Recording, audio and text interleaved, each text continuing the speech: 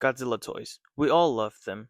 To collect, to play, or having a nostalgic memory you once had with them.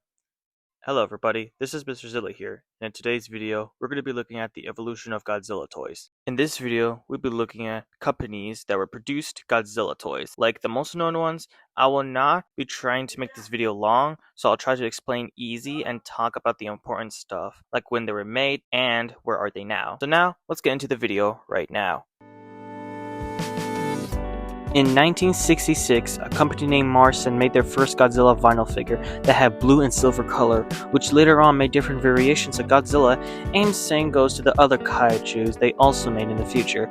I couldn't find information if they did well or not in the past, but collectors do love how they look and how nostalgic and vintage they look, which Super7 made figures of these, which of course you can watch the Monster Island Buddy video. They explain a lot about this company and it goes really in detail, which I really love the video. And now let's talk about where are they now. So what happened to the Marson company? Well, how should I put this? They went bankrupt.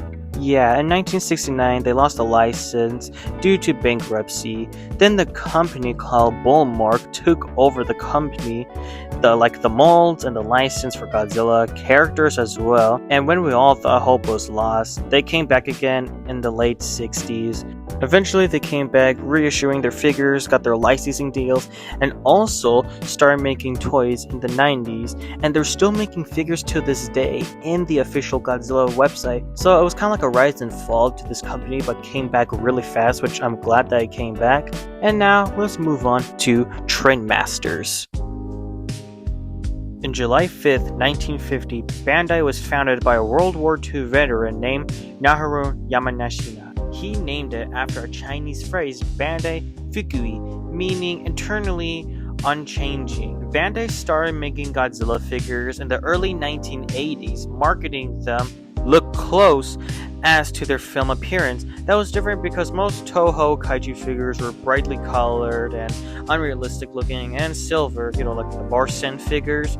Well, the first Bandai figure was the 1962 Godzilla version, which it was King Kong versus Godzilla, which obviously, was the first figure.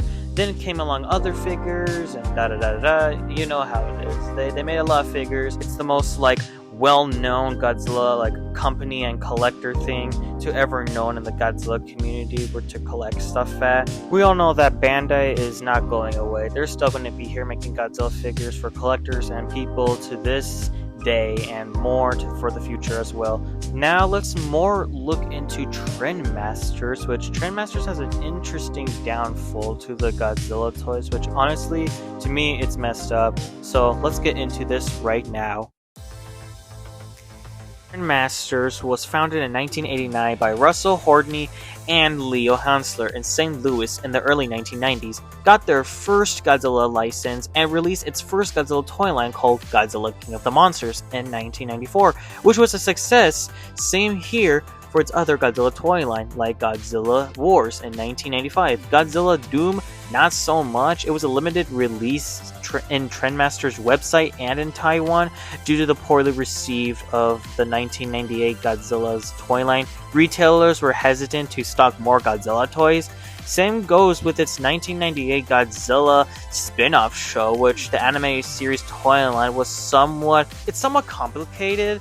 It is canceled, but there are concept figures that were made by Trendmasters, which I'll make a separate video in the future for that to explain more about that. But anywho, let's get back into topic. Sadly, Trendmasters went out of business in 2007, sold their property assets to Jakks Pacific, which in the future they did the 2014 Godzilla toys, which, as a matter of fact, let's talk about Jakks Pacific because they're also involved with this as well.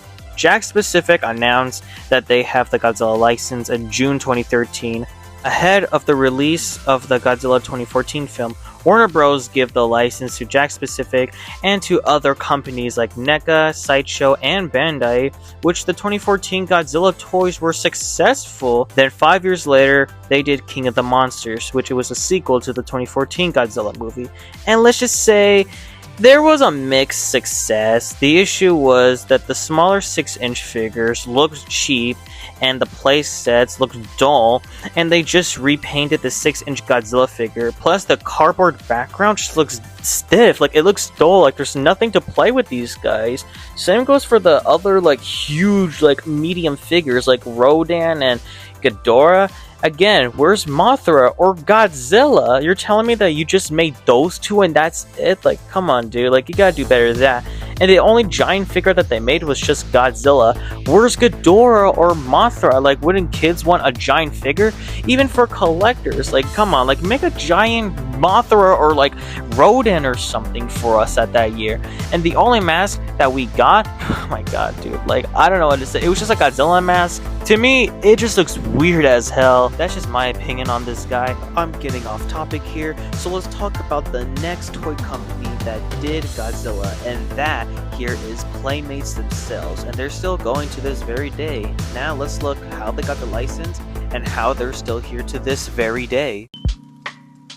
Playmates was founded in Hong Kong in 1966, and they were known for their toys such as Teenage Mutant Ninja Turtles, Ben 10, and the 2005 King Kong movie directed by Peter Jackson. And then in February of 2020, they got their license for the next MonsterVerse movie, which it was Godzilla vs. Kong. But sadly though, NECA lost their license during this time of year, which it was 2020. Which here's the question, was the Godzilla vs. Kong toy line a success? Yes, it was a success. Which they made a lot of Godzilla figures down the line, which they still continue to this very day, such as they made the MonsterVerse toy line, which they made a lot of different MonsterVerse creatures from the MonsterVerse universe, such as Frostfork, King Ghidorah, and so on, which currently right now Rodan and Skyla have been leaked that Playmates is making them already, which I'm pretty excited, to be honest. I'm really excited that they're finally making these figures. And obviously they're going to do the next Godzilla x Kong movie, which is the newest one, Supernova. So I'm glad that Playmates are going to do these figures again, because honestly I really enjoy these figures. I love how they look, and I love that they're making MonsterVerse figures again, which they did back in 2021. They're still doing this to this very day, so I'm still glad that they still have their license. But either way though, I'm glad that they still have it till this very day. So in conclusion, that was all the famous Godzilla toy companies that the Godzilla community is known for and well loved as well. And now you might be wondering, this is it? This is all the toy companies that you have shown us? Well, there are more, but I do on planning making a future video for them, especially for the SH Monster Arts, NECA, and of course Super7. But if this video does well, then I'll make another sequel for this video. I don't know why I said sequel, I just wanted to say it just for fun. But yeah, I will make another video. If this video does well, then I will talk about SH, Super7, and NECA, and possibly invite someone to be in the future video as well. But either way, I hope you guys enjoyed this video. This is my very first like documentary-ish about these like famous Godzilla toy companies for collectors and stuff. But anyway, hope you guys enjoyed this video. Be sure to like, subscribe. There will be new videos coming in this channel, and I'll see you guys in the next video. See ya.